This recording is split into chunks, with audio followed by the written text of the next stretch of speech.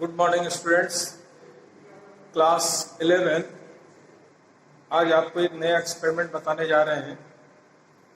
Experiment number 5, जिसका M इस तरह से है।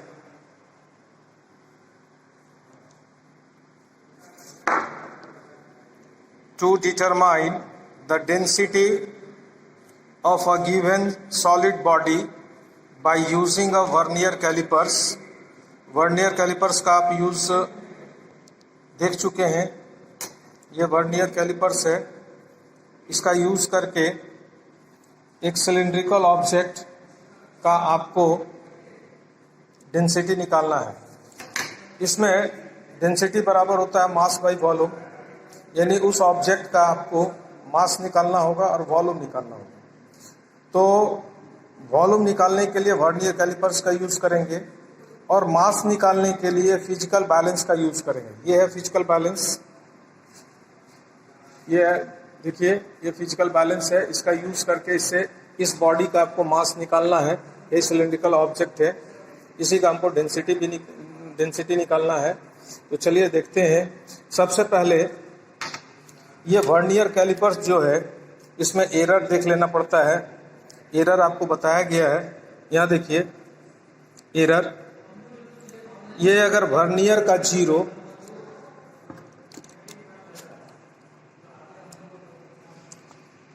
यहाँ देखिए ये वर्नियर का 0 है, ये वाला लाइन, ये वाला लाइन। ये वर्नियर में 10 डिवीजन है, आप देख रहे होंगे 10 डिवीजन। यहाँ से यहाँ तक 5 डिवीजन है, यहाँ से यहाँ तक 5, 10 डिवीजन। ये वर्नियर का 0 है, ये मेन स्केल है। अगर ये दोनों कोइंसाइड कर गया तो इंस्ट्रूमेंट में कोई एरर नहीं। अभी देखिए कि कोइंसाइड नहीं किया है, तो इसका मतलब इंस्ट्रूमेंट में एरर है। अगर ये वर्नियर का 0 मेन स्केल के 0 के राइट साइड रहता है तो एरर होगा पॉजिटिव, और अगर ये वर्नियर स्केल को क्रॉस करके आगे यानी लेफ्ट साइड अगर चला जाता है तो एरर होगा नेगेटिव। अब इसमें देखिए एरर तो पॉजिटिव है। अब एरर कितना है वो देखिए। इसमें से कोई एक डिवीजन वर्नियर मेन स्केल के किसी भी एक डिवीजन, ये अंदर वाले रॉड में, ये अंदर वाले में किसी एक डिवीजन से कोइंसाइड करेगा, इसका एक डिवीजन। अब इसको देखने के लिए बड़ा ध्यान से देखना पड़ता है।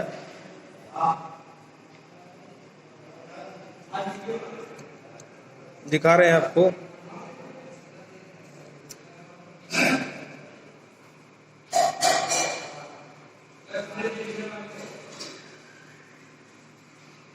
वर्नियर का वर्नियर का 5th डिवीजन, जो सबसे लंबा लाइन है वर्नियर में, वो कोइंसाइड कर रहा है। तो एरर हो गया इसका पॉजिटिव एरर 5th डिवीजन।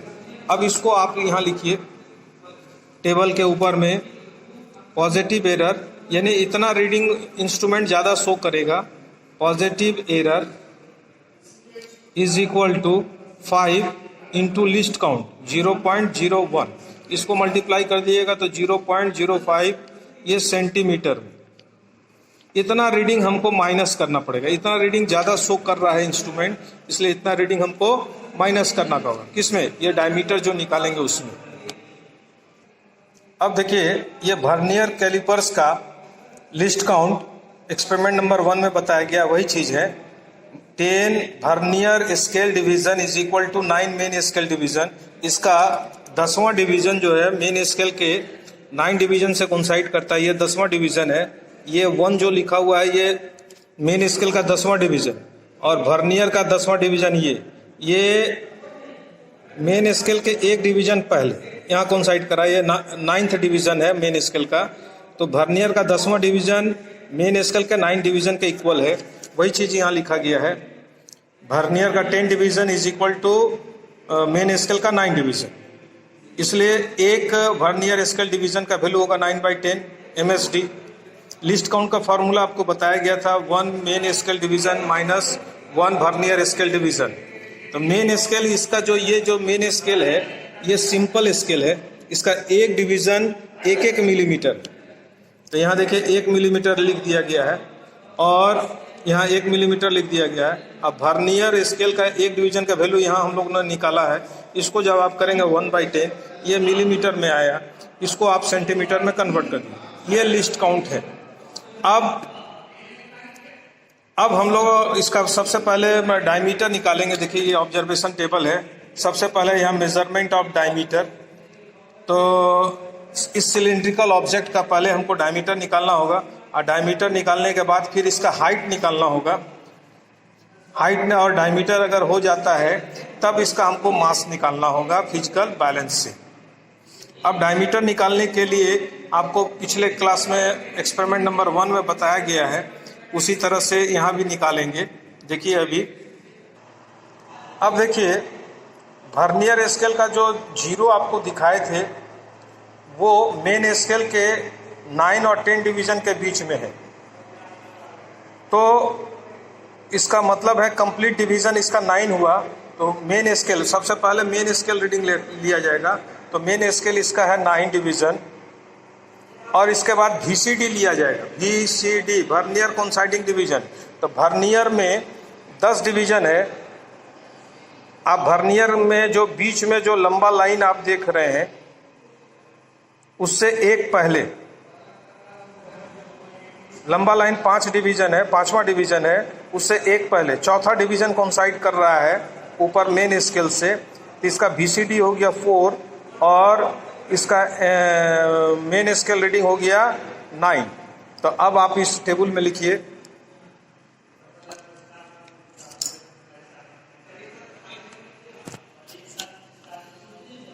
ये 9 डिवीजन था, तो 9 मिलीमीटर उसको सेंटीमीटर में कन्वर्ट कर दिए हम लोग।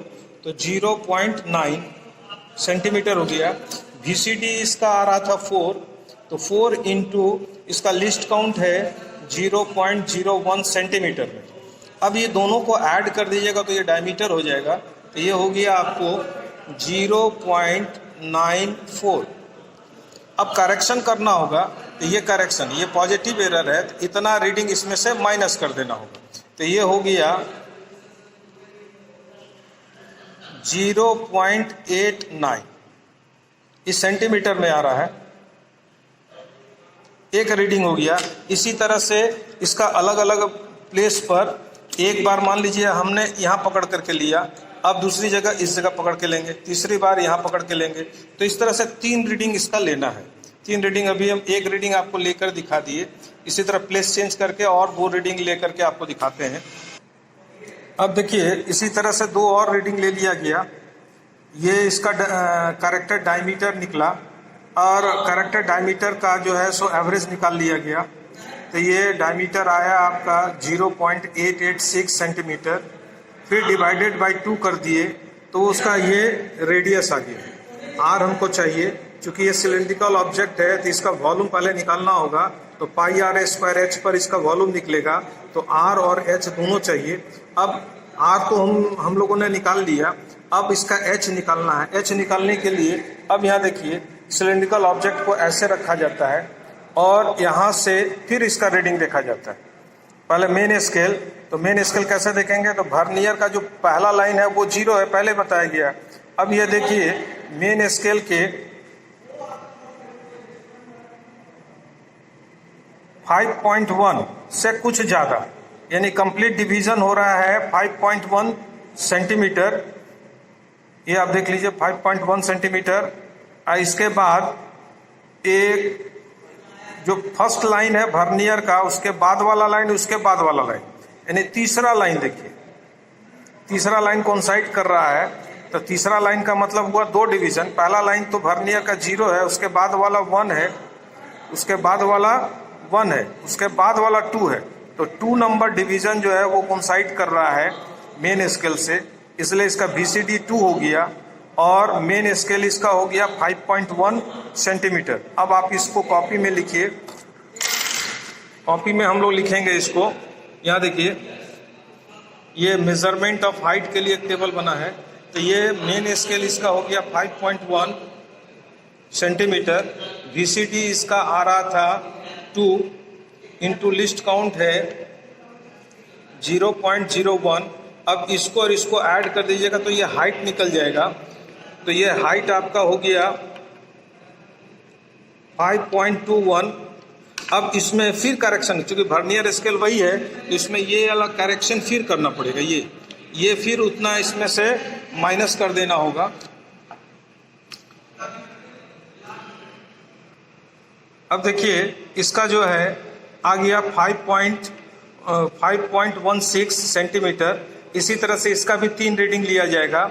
ये जो सिलेंड्रिकल ऑब्जेक्ट है, एक बार ऐसे पकड़ा, फिर इसको थोड़ा सा रोटेट करा करके, फिर वर्नियर कैलिपर्स के जॉज में ऐसे पकड़ लिया, फिर इसको थोड़ा सा रोटेट करा करके फिर दूसरी जगह पकड़ लिया। इस तरह से 3 रीडिंग इसका भी लेकर के एवरेज निकाल लेते हैं हम लोग।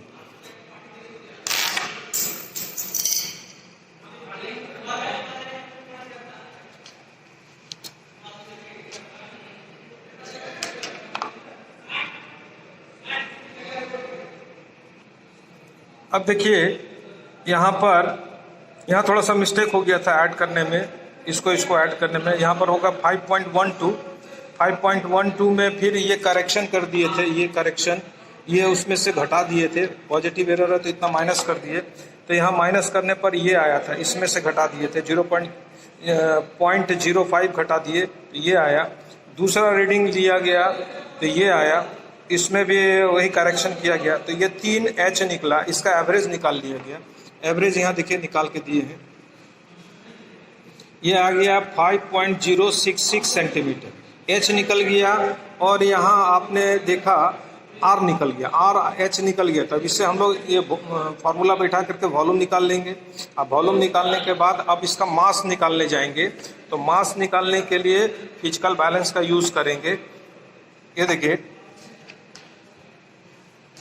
ये फिजिकल बैलेंस है, यहाँ एक नॉब लगा हुआ है। अभी इसका इंडिकेटर को देखिए,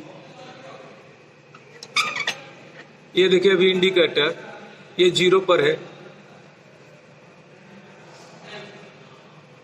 अब इसको, इस नॉब को आप क्लॉकवाइज ऐसे घुमाइए, घुमाने से ये दोनों जो पैन है इसका ये राइज कर जाएगा, ऊपर की ओर उठेगा, और ये जो इंडिकेटर बीच में आपको दिख रहा है वो भी ऊपर उठेगा और वो ऐसे ऐसे मूव करेगा। जब बैलेंस कंडीशन में रहेगा तो वो अभी जिस स्थिति में है उसी स्थिति में रहेगा। देखिए हम उठा रहे हैं इसको,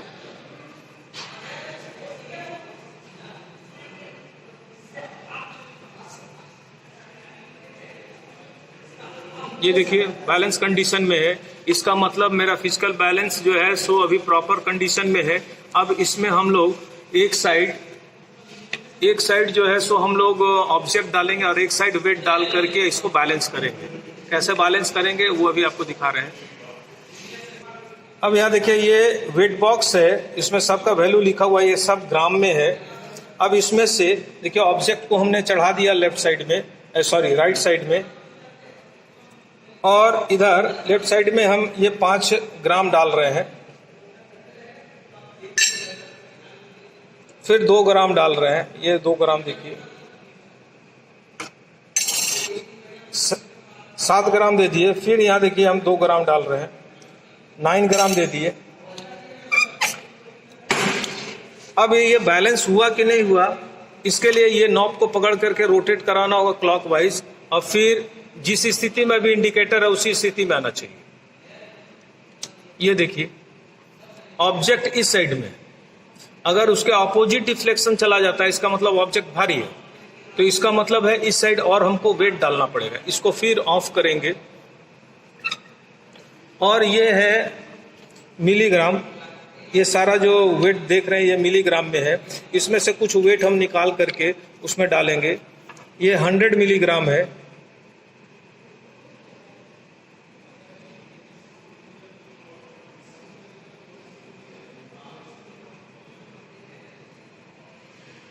दिखा रहे हैं अभी आपको,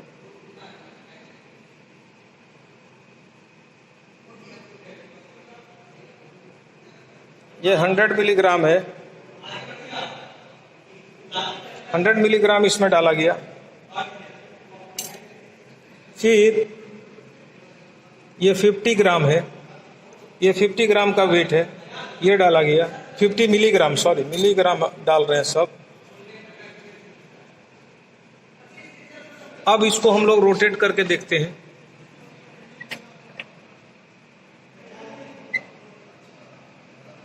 देखिए लगभग आ गया है। ये 10 मिलीग्राम है, इसको हम लोग डालते हैं इधर।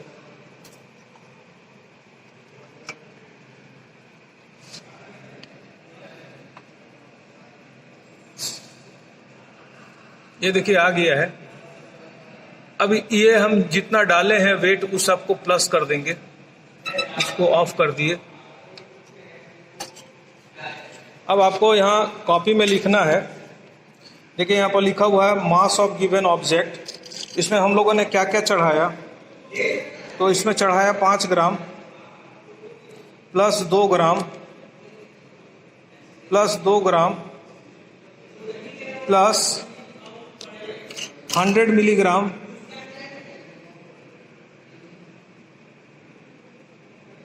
Plus 50 milligram plus 10 milligram. अब इस सब को ग्राम में कन्वर्ट कर दीजिए। ये 9 ग्राम हो गया। 9 ग्राम मतलब 9000 मिलीग्राम हुआ। तो 100, 150, 160 यानी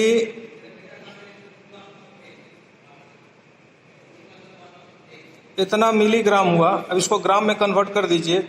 ये हो जाएगा 9.16 ग्राम।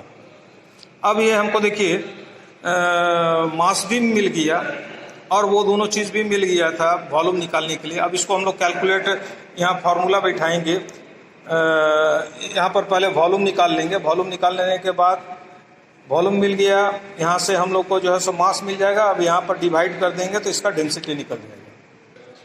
अब देखिए इसी तरह से इसका वॉल्यूम निकाल लिया गया कैलकुलेशन करके। तो 3.07 आया। आपको ये निकल गया है, मास निकल गया है और ये हाइट निकल गया है। सॉरी, ये तो वॉल्यूम निकाल लिया गया है और ये इसका मास है। अब यहाँ कैलकुलेशन में मास बाई वॉल्यूम कर दिए तो 2.98 ग्राम पर सेंटीमीटर। एल्युमिनियम का डेंसिटी जो है वो 2.7 होता है। तो लगभग उसके लगभग में ये आ गया है। एक बार आप फिर से देख लें।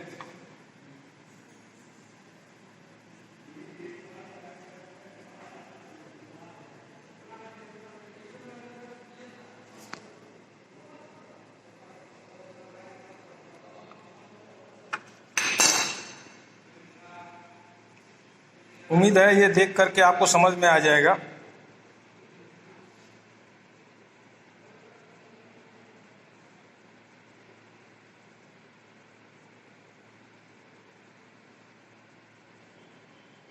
धन्यवाद।